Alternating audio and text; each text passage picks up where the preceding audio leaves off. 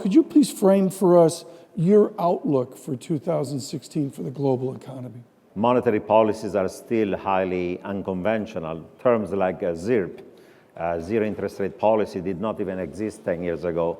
Terms like QE, quantitative easing, C, credit easing, FG, forward guidance, NDR, negative deposit rates. Who would have thought that policy rates could become negative and are becoming a norm throughout the world? I think that in the next year in the Eurozone and Japan, inflation is going to stay low, probably because of base effects in the United States and UK. Inflation might go higher at the headline level, but it's not so obvious that expected inflation or core inflation is going to go higher, because if headline inflation goes higher and there is no acceleration of wage growth, real wage growth is going to slow down. The defining feature of this era is lower interest rates. Interest rates fundamentally are not low because central banks decided to make them low.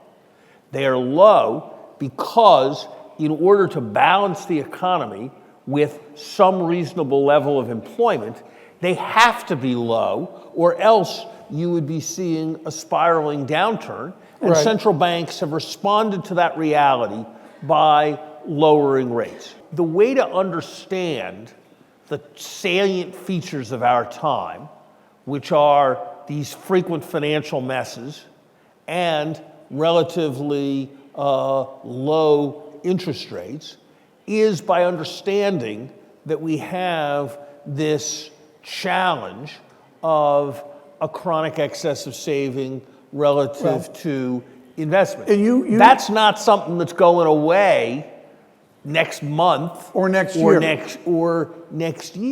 Do you see a permanence to what Professor Sumers is talking about in terms of ample savings, no investment, low rates is being 30s-like, or do you have a greater optimism that we can extract ourselves from this low rate, low animal spirit environment?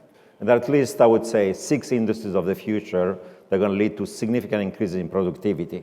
So it's very hard to be productivity pessimist as opposed to optimist. One, we have energy technologies, not just new types of fossil fuels like shale gas and oil, but also all the alternative energy, solar, green economy, clean tech. 2, biotech, all the innovation in biomedical research from stem cell gene therapy, going to make us live longer and healthier and so on.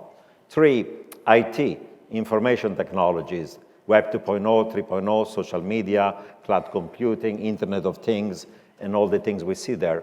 4, MT, manufacturing technologies, automation, robotic, artificial intelligence, 3D printing, personalized manufacturing, and so on. 5, FT, fintech, financial technologies, all the innovation are occurring right now in the financial system, peer-to-peer lending, online payment system, the ways that finance are going to change. And 6, and finally, unfortunately, in a world in which there is also geopolitical tension, DT, defense technologies, and the application of high-tech defense, high-tech defense system like drones and other things of this sort. We're measuring total spending correctly. We're underestimating quantity, and it follows that we're overestimating price. So if you want to fix that, and you imagine a corrected data, that corrected data would show even less inflation than we have.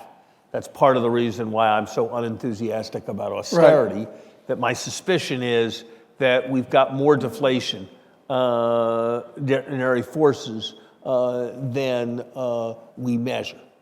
It's no time for yabber about normalization and returning things to normal, because normal's gone.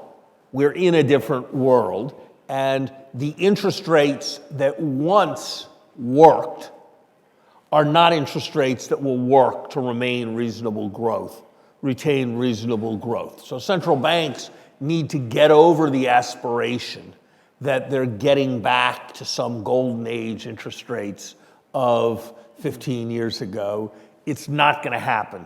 There is a significant need for infrastructure spending. If you like, around the world, with exception maybe of China that has done overinvestment in infrastructures, in most emerging markets, starting with India, many others, but also look at the Middle East, there is a huge demand for infrastructures. We live in a world in which aging of population implies lower potential growth. Underinvestment in physical capital implies lower growth. So we have to increase total factor productivity. And there is a set of structural reform will lead you over time in that direction. I think the regulators have induced a degree of sluggishness that has contributed to higher costs for lending to businesses, that have probably acted to slow economies down. That in turn has forced lower interest rates than we otherwise would have had. The dollar next year. Well, already this year has been a year of a strengthening of the US dollar.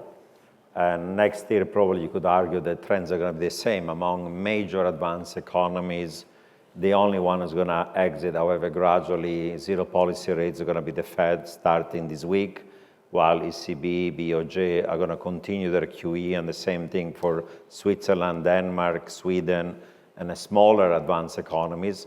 Many of the commodity currencies, not just in emerging markets, but also advanced economies, are going to weaken as commodity prices have another leg down, oil, energy, and others. So it's not just the emerging market, but Canada, Australia. And some of the fragile emerging markets are going to remain fragile, and their currencies are going to be weakening further. So you could say the story of a further strengthening of the US dollar probably is going to be a story for 2016. No certainty at all that what the Fed does is going to drive the dollar up further. And roughly speaking, what happens to the dollar going forward is going to depend on which way the Fed surprises. And so if the Fed goes about as predicted, I wouldn't expect there to be further dramatic impacts on the dollar. There is good news and the bad news. Now, the bad news about China is that they are re-emphasizing the growth objective of maintaining growth around 6.5% to 7%.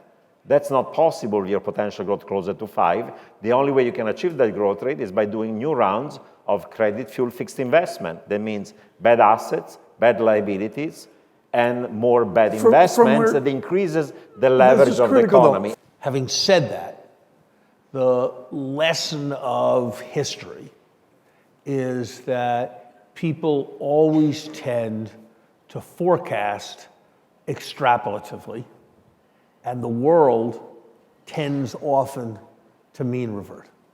A substantial part of what has propelled Chinese economic growth has been the transition of people from low productivity in rural areas to high productivity in urban manufacturing centers.